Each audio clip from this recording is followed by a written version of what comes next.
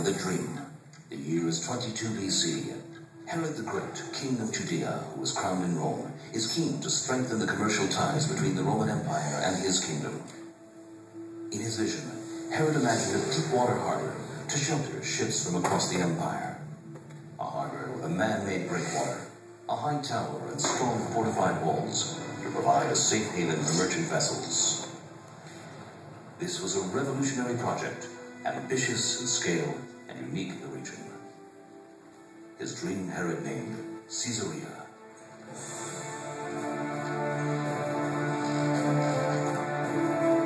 Thousands of workers toiled to make this dream a reality. Enormous wooden caissons are sunk into the sea to form the foundations of a massive breakwater.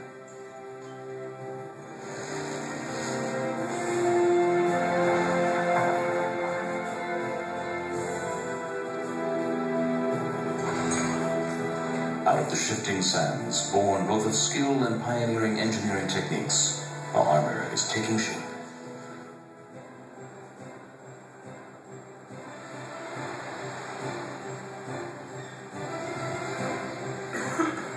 In a dozen years, Herod's dream has become real. Where once there were dunes, now stands a beautiful harbor city, thronged with people and thriving with life. Ships carrying rich cargoes arrive from all corners of the empire. The elegance of Caesarea is admired throughout the region. Merchants and workmen are everywhere. Towering above the harbor, the fire is burning bright on the Drusian Tower, bringing ships safely to port. To honor his Roman patrons, Herod builds a temple in the harbor front and dedicates it to the goddess Roma and Augustus Caesar. In return, he gains the trust of the Roman Empire, and his reign reaches as far as Syria.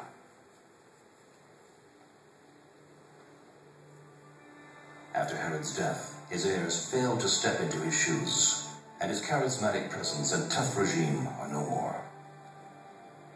His successors fade into the mists of time, and the Roman hold on Caesarea grows stronger.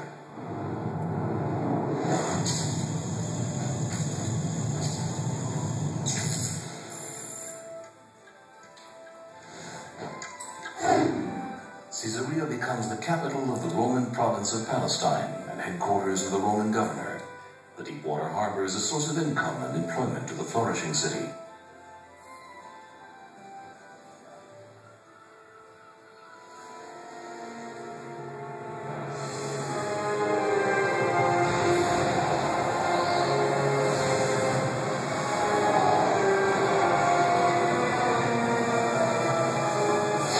Mighty storms and earthquakes damage the breakwater and the fortified walls. Yet the city stands and attracts Jews, Christians, and pagans alike. A Jewish community develops in Caesarea and becomes one of the most dominant in the land. Its centers of education and knowledge draw numerous scholars. Many entertainment venues are established in Caesarea. Theater plays and horse races draw huge audiences.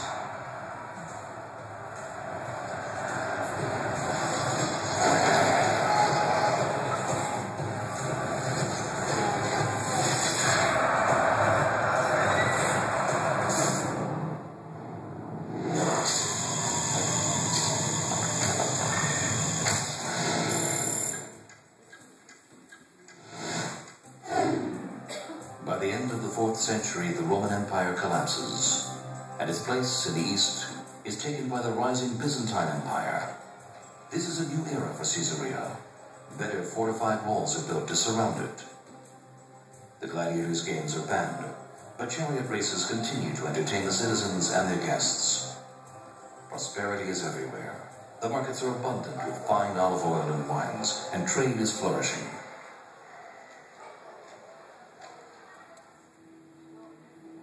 Christianity becomes the official religion of the Byzantine Empire. The temple of the goddess Roma and Augustus Caesar is torn down to build in its place an amazing octagonal church. The city's wealth is clearly evident in the richly designed and decorated church. Alas, man-made work cannot survive the forces of nature for long. Severe earthquakes continue to hit Caesarea.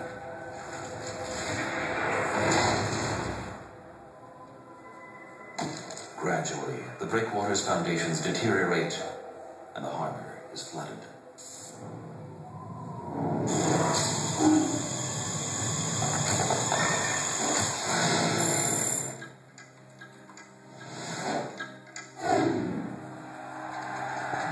In the 7th century, after many battles and a 7-month siege, Byzantine Caesarea, which was one of the most prosperous and fortified cities in the land, falls to the Muslim hands. A mosque with a magnificent arcade facing the sea is built where the Roman temple and the Byzantine church once stood. When the city's great harbor finally yields to earthquakes and storms, Caesarea becomes a sleepy town, and its ruins turn into marble quarries.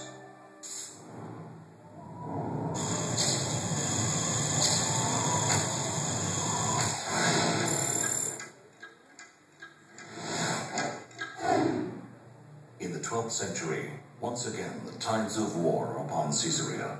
European crusaders invade the land, hoping to conquer the Christian holy cities. From the struggle of war, Caesarea emerges to be rebuilt. A new quay is built in the harbor, and impressive crusader walls surround the reviving city. For 200 years, the wars between Muslims and crusaders have shattered the Holy Land. It is the year 1265.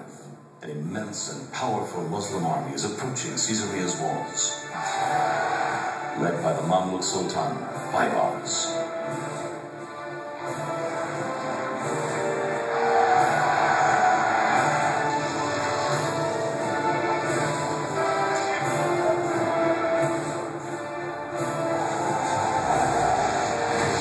After 3 days of battle, Baybars soldiers break into the city, spreading havoc and destruction. For the first time since its foundation, Caesarea is thoroughly demolished. Sultan Baybars does not rest until he razes Caesarea, wishing to wipe it from the face of the earth. Caesarea fades slowly into the realms of dream and fantasy for which it was created.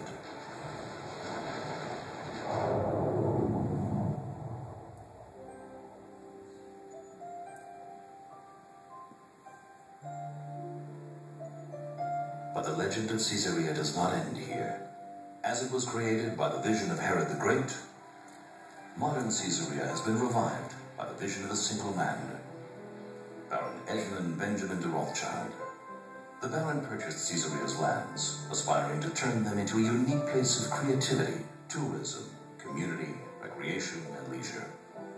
Thanks to him, Caesarea is prosperous again, and life fills the city once more.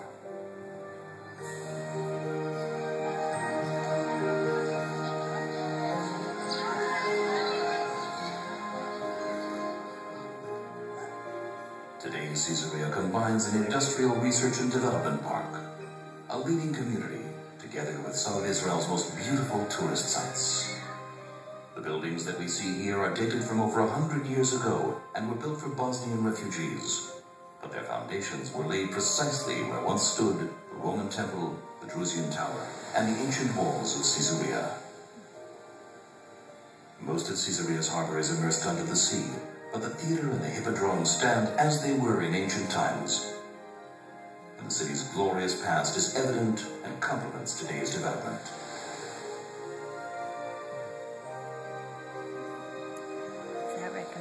Thus, through thousands of years, Caesarea stands, a city made from dreams. A city where past, present, and future are combined together in perfect harmony.